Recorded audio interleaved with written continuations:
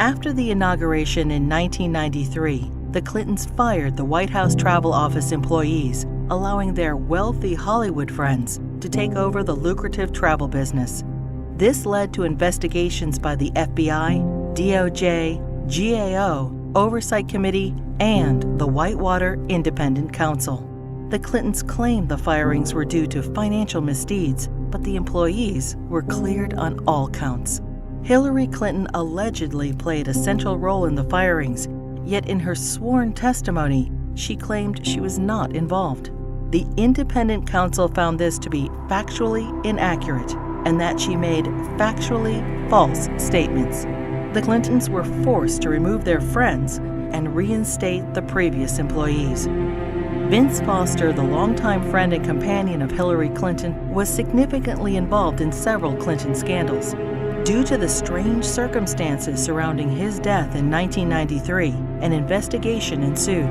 Before the police arrived, Clinton staffers illegally removed boxes of documents on Whitewater and presumably Travelgate and other sensitive issues. President Clinton put his wife in charge of the most expensive program in the country. There was a national outrage that the unelected, unqualified First Lady was going to design America's healthcare system. In a 1993 interview, Hillary Clinton admitted, "I am not an expert on healthcare. I'm not somebody who has studied it." Hillary Clinton kept the Presidential Task Force on National Healthcare Reform shrouded in such secrecy that a federal judge threatened to hold the administration in contempt. 2 years later, the healthcare plan was a 1,342-page nightmare, including gatekeepers, health alliances, purchasing cooperatives, new and higher taxes, and restrictions on choosing doctors. Physicians, hospitals, large and small businesses, insurance companies, Democrats, Republicans, and the general public rejected the program, and it failed disastrously. The General Accounting Office put a price tag of $32 million on Hillary Clinton's healthcare fiasco. For dishonesty, Hillary Clinton and others were fined $450,000. Court costs to taxpayers were $725,000. In 1996, with Hillary Care fresh in their minds, Americans voted both the Senate and the House into Republican hands for the first time in over 4 decades. In 1994, President Clinton's Attorney General Janet Reno initiated an investigation focusing on fraud accusations against the Clintons regarding their real estate venture, Whitewater Development Corporation, co-owned with their friends Jim and Susan McDougal. Hillary Clinton was the central figure, and the probe revealed pervasive conflicts of interest between the Rose Law Firm, where Hillary Clinton was partner, and its client, Madison Guaranty, owned by Clinton business partner Jim McDougal. Hillary Clinton claimed billing records, subpoenaed and critical to the investigation, were lost. It is presumed they were stolen from Vince Foster's office the night he died. 19 months later, following the Clintons' acquittal, many of the missing records reappeared in the Clintons' residence. As they were covered with Hillary Clinton's fingerprints, she fell under suspicion of obstruction of justice. Their business partner, Susan McDougal, refused to testify against the Clintons, assuring they were not charged. Susan McDougal went to prison for her silence, but was pardoned by President Clinton. 15 Clinton associates were convicted of 40 federal crimes related to Whitewater. The independent counsel's report highlighted the president's abundant and calculating lies under oath, obstruction of justice, and abuse of power. During this case, many other alleged abuses were uncovered. The 4.5-year expanded investigation cost taxpayers $145 million.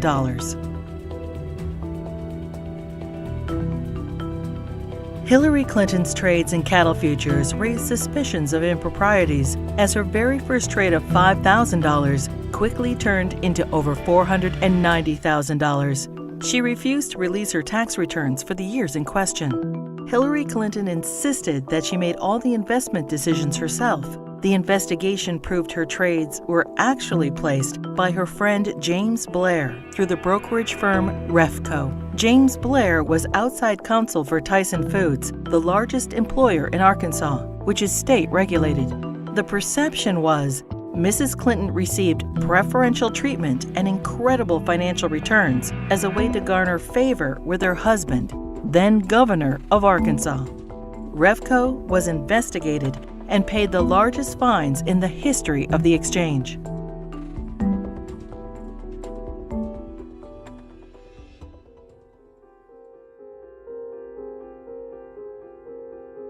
The Clinton administration improperly requested and received FBI background reports on 900 Republican officials. Hillary Clinton allegedly initiated the request to add data to her enemies list, leading to 3 separate investigations in 1996. In testimony, the White House Personnel Security Director refused to name Hillary Clinton as the source of the request, and he was forced to resign. Hillary Clinton claimed she was guiltless and was called a congenital liar in the New York Times. The fund was established so individuals or companies hoping to garner favor with the president could help pay the Clintons' endless legal bills. In 1996, the Justice Department investigated campaign fundraising abuses and cover-ups by the Clintons in connection with an effort by China to influence administration policies. In violation of U.S. law, agents for the Chinese government and military funneled millions into President Clinton's re-election campaign, the Clinton Legal Defense Fund, and the DNC. The DOJ's report stated, "A pattern of events suggests a level of knowledge within the White House, including the President's and First Lady's offices, concerning the injection of foreign funds into the re-election effort." The Clintons were accused of using the IRS to harass their enemies, including Republican politicians, the White House Travel Office, the NRA, Judicial Watch, the Heritage Foundation, and other conservative organizations. A senior IRS official admitted that Clinton opponents were singled out for tax audits. Also audited were Bill Clinton's female accusers, including Jennifer Flowers, Paula Jones, Juanita Broaddrick, and Elizabeth Ward Grayson.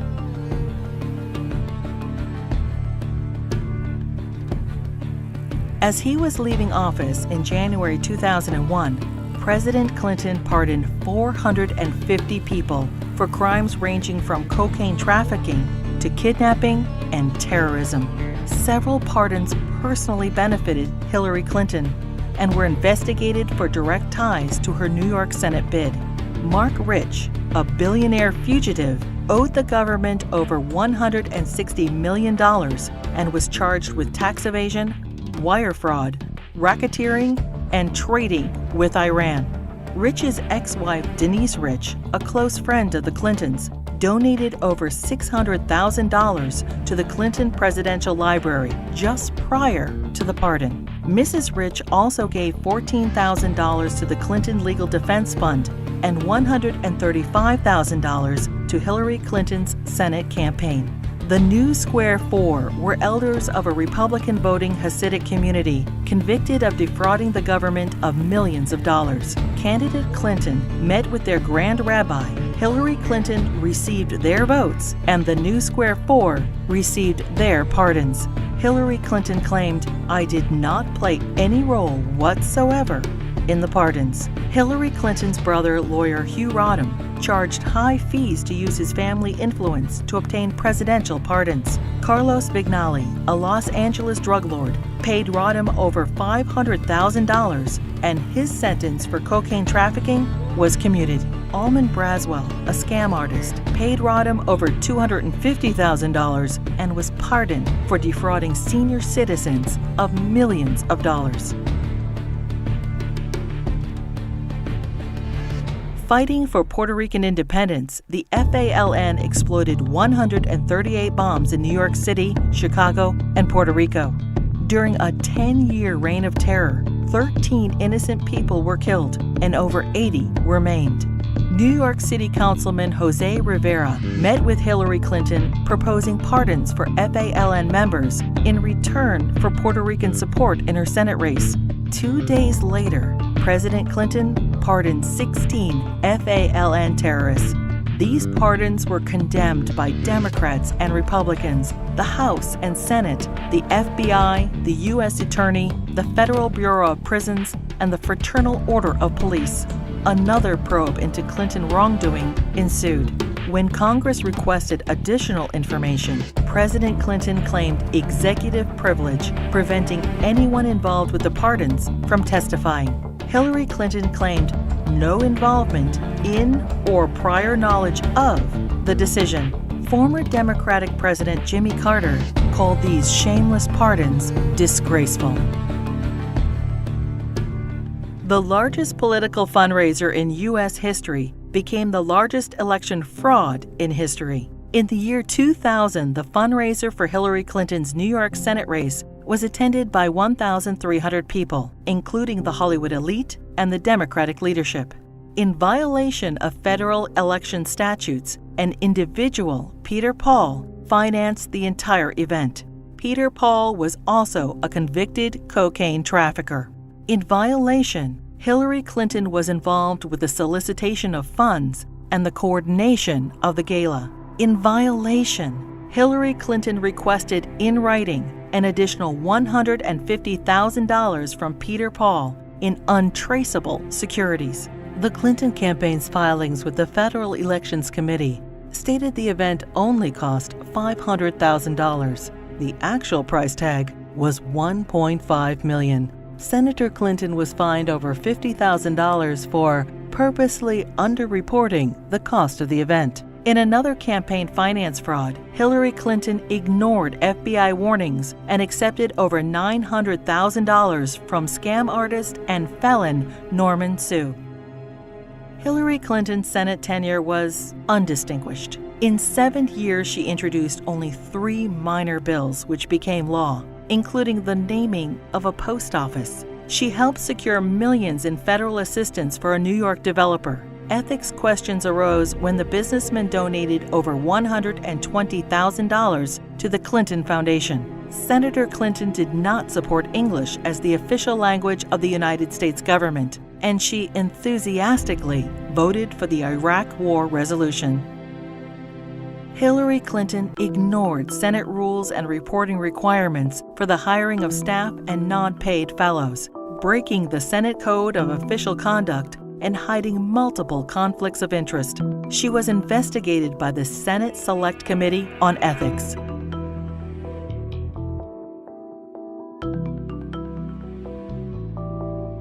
Hillary Clinton's long history of campaign finance abuses continued. Jeffrey Thompson and other fundraising bundlers for her failed 2008 presidential campaign pled guilty to conspiracy and campaign finance law violations.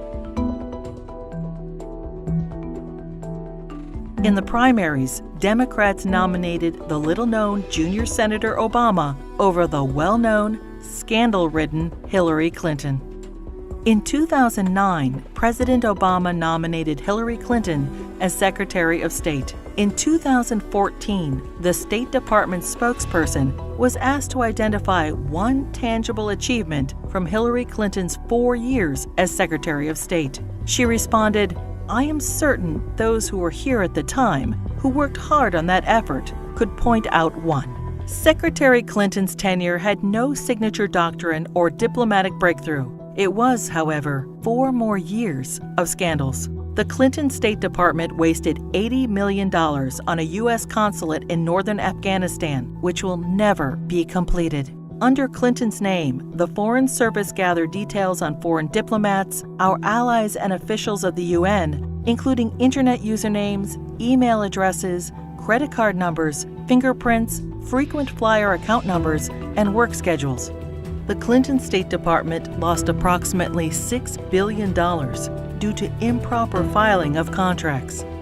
The FBI, CIA, and the DOJ requested that Boko Haram be designated as a terrorist group so the agencies could pursue them. Secretary Clinton declined, and the group continued its reign of terror, including the kidnapping of 300 schoolgirls in Nigeria. A special investigator for the State Department claims probes into illegal acts by the Diplomatic Security Service and ambassadors were influenced, manipulated, or simply called off under Hillary Clinton.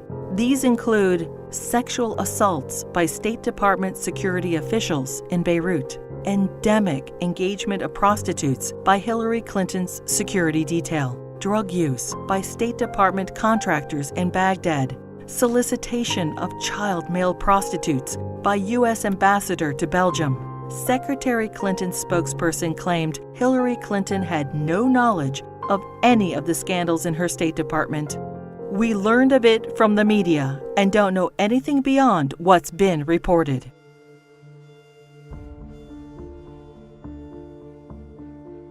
The United States mission in Benghazi, Libya, was attacked on September 11, 2012. As Hillary Clinton was Secretary of State at the time, she is at the heart of the cover-up investigation.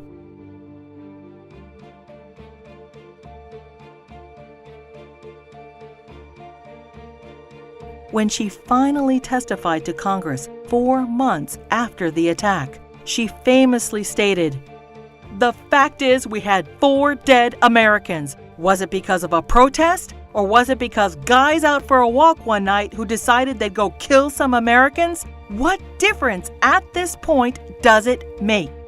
Hillary Clinton testified that she submitted all documents requested by Congress. 20 months later, and only through a Freedom of Information Act request, 41 new documents were released, including changes to Ambassador Susan Rice's talking points. More documents are still being withheld.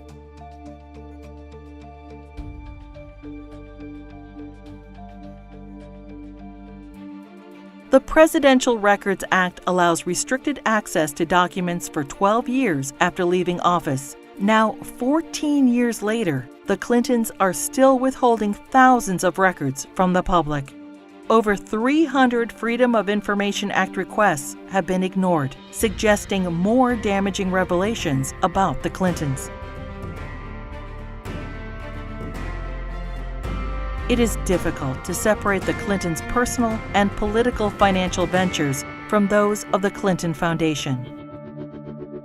The New York Times expose on the Clinton Foundation details moral and fiscal chaos, shameless fundraising, and calls it mired in conflicts of interest.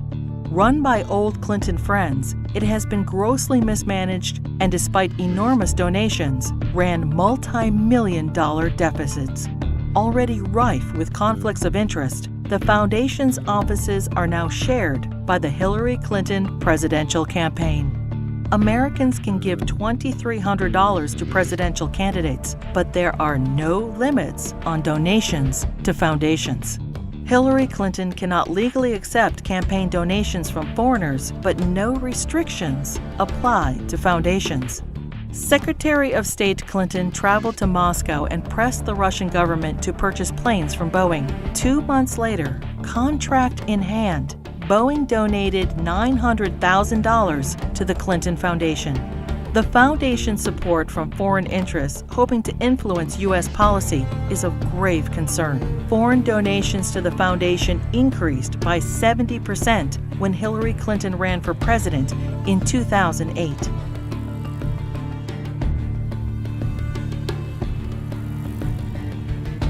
Saudi Arabia has financed terrorists, has an abysmal women's rights record, and punishes homosexuality by death. And yet, the Kingdom of Saudi Arabia is one of the largest supporters of the Clinton Foundation. In a Clinton co-presidency, every large donation could raise suspicions of improprieties or influence peddling and lead to non-stop investigations.